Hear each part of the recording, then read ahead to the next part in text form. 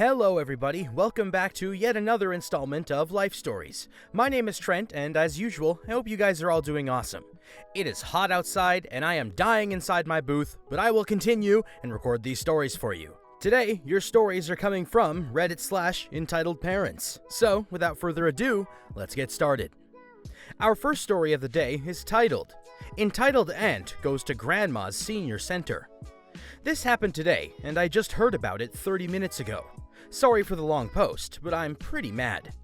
Quick backstory. My mom is one of 4 siblings. The 3 youngest live here in our city, while the oldest lives at the opposite end of the province with her family. She is also extremely religious and has strong opinions that differ from the rest of our family. Example, protesting abortion outside of government buildings. To the story. My mom, who will go by M, got a call from the center where my grandma, who will go by G, lives, asking about someone who showed up to see her. This person insisted on going in, even though they have very strong protocols about visitors, especially during COVID. Extreme circumstances only, and they have to be on a pre-approved list. M, who is in charge of the visitors list for G, tells them under no circumstances to let anyone not on the list in. Worker says the person is from Aunt's, EA's, hometown and is refusing to leave until they can go in, but they don't provide a name. M thinks no way anyone in EA's family would come all the way here and risk infecting G. To get here, you would either need to fly or take a ferry after a 4-hour drive. Once again, she refuses, so she tries to call EA but can't get a hold of her. Oh well, M thinks. They refused admittance, so I'm sure I will eventually hear who it was, right? Nope. M gets a call back after all this goes down. EA says she is the eldest and will not leave until she can speak to G. They tell her to wait outside, and they will find G and get her and her care worker, CW, to do a video call in the front room while she's outside. They would see each other through very large windows. Someone goes and gets G and wheels her into the front room. It's nice, has a TV and fireplace. It's where they do games and activities, and next to the dining room. Then they go and look for CW, who normally does the video calls with G. As a side note, G is extremely at risk for infections and viruses. She has dementia and Alzheimer's. CW is paid by our family to spend extra time with her, as she already works in the home and follows all protocols. It is much safer that way, and G is comfortable with her. She can get frustrated and upset with new people and change. CW gives her personal one-on-one time 5 days a week after her shift is over, including sponge baths, brushing her hair, keeping her items clean, reading to her, phone calls with family, etc. Now, back to the story. EA sees G sitting in the room and notices the front staff worker get up and leave. Not totally smart on their part, but to be fair, in the months of COVID, they haven't had anyone break protocols, so they didn't think leaving for 1 minute would be a problem. EA goes into the building and sits down with G and starts talking to her and touching her. No mask, no gloves, nothing. CW shows up and is furious and throws out EA. Now, G is in mandatory 2-week quarantine, meaning CW can't do those hours of personal time with her. She will basically sit alone in her room with next to no contact. She can't get out of bed on her own. She's very progressed in her disease. No one will be able to go and sit with her to do these family video calls. EA and M finally talked after. EA claims it's the care home's fault and our family's fault. No one goes and spends enough time with her. No one has spent time with her since this whole thing started. The care home and the workers are careless and don't care about G, and EA is the only one who loves her and cares. This woman literally showed up, unannounced, and forced her way in and put hundreds of lives at risk. There's currently no reported cases where we live, but that isn't the case where she is. The real kicker? She has 2 daughters who are nurses who would have told her she's wrong. She didn't tell them, of course.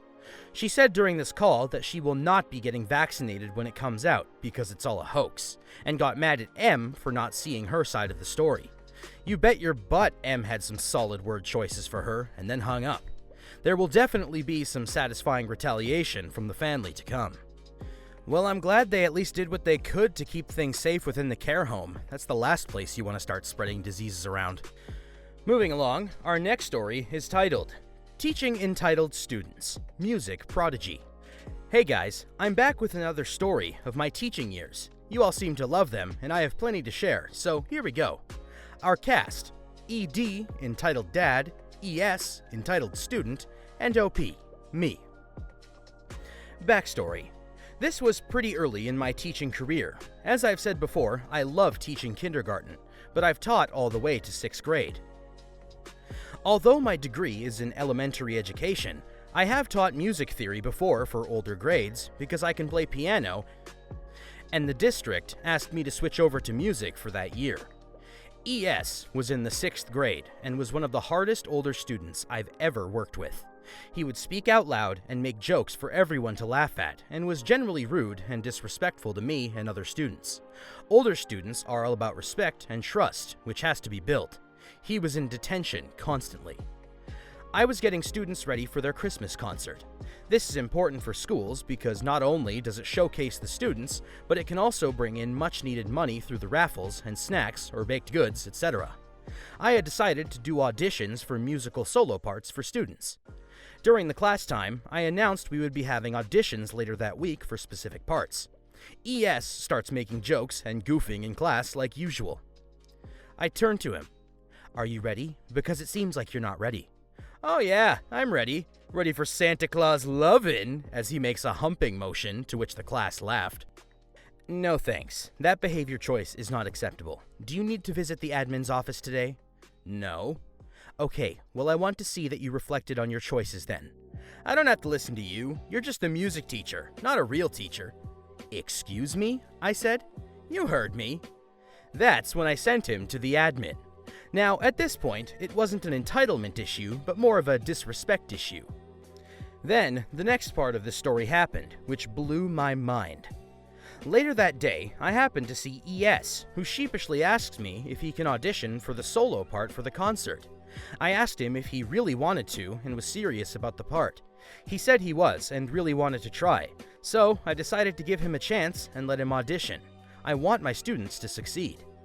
When audition day came, he stepped up front of everyone and started singing, I Like Big Butts and I Cannot Lie, while displaying more of his air thrusts and some air hand slaps against an invisible butt. My patience had been running low with his behaviors in class, and finally I told him to go to the admin office. I then announced the solo winners later that day and went on with my classes, etc. The next day, ED requested a meeting with me and his son to discuss some very bothersome news.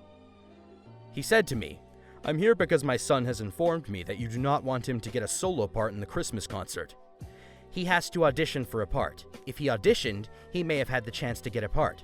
He told me he did audition and you didn't give it to him. Actually, he didn't audition. He just got up and sang, I Like Big Butts. That's a song, isn't it? Well, yes, but it's not appropriate for a Christmas concert audition. I had 2 of the solo pieces handed out for students to use, because those were the parts that were open. So what? Now you're the person in charge of saying what's okay and what's not. That is censorship, and I will not have my son, who's the best singer here, lose a solo because you feel the need to censor him. He deserves the part. I'm sorry, but I've already chosen the parts for other students. He could have had the chance if he actually auditioned. Also, it's my job to make sure he's not distracting the class or making them uncomfortable. If his behavior does that, then he will get sent out. How dare you treat my son this way? No wonder he hates music class. I'm taking this to the admin. Luckily, this admin was very well aware of the student's behavior, considering he was always in her office from other teachers as well as myself. After telling her what happened, she said this parent was making trips to the school at least twice a month to demand that we treat his son better. I let him audition again because I was asked to, but he didn't come to the audition on time. He said he didn't care anymore about the solos. I found out a few years later that ED sent his son to a gifted school because he thought he was not getting his gifted needs met. From what I understand, he was kicked out of the gifted school and then sent to a different public school. Apparently, he wasn't gifted at all, but very much used to getting his way and acting out whenever he wanted. Yeah, I don't know, man. I checked the Christmas Carol catalogs and, I don't think I've ever seen I Like Big Butts in there. Is that a new edition? Maybe? Huh. All jokes aside, ladies and gentlemen, we have run out of time for today's episode of Life Stories. I want to thank you all so much for tuning in once again. Don't forget to like, comment, and subscribe for more Reddit content we got cooking up coming your way. My name is Trent, and I hope to see you guys soon.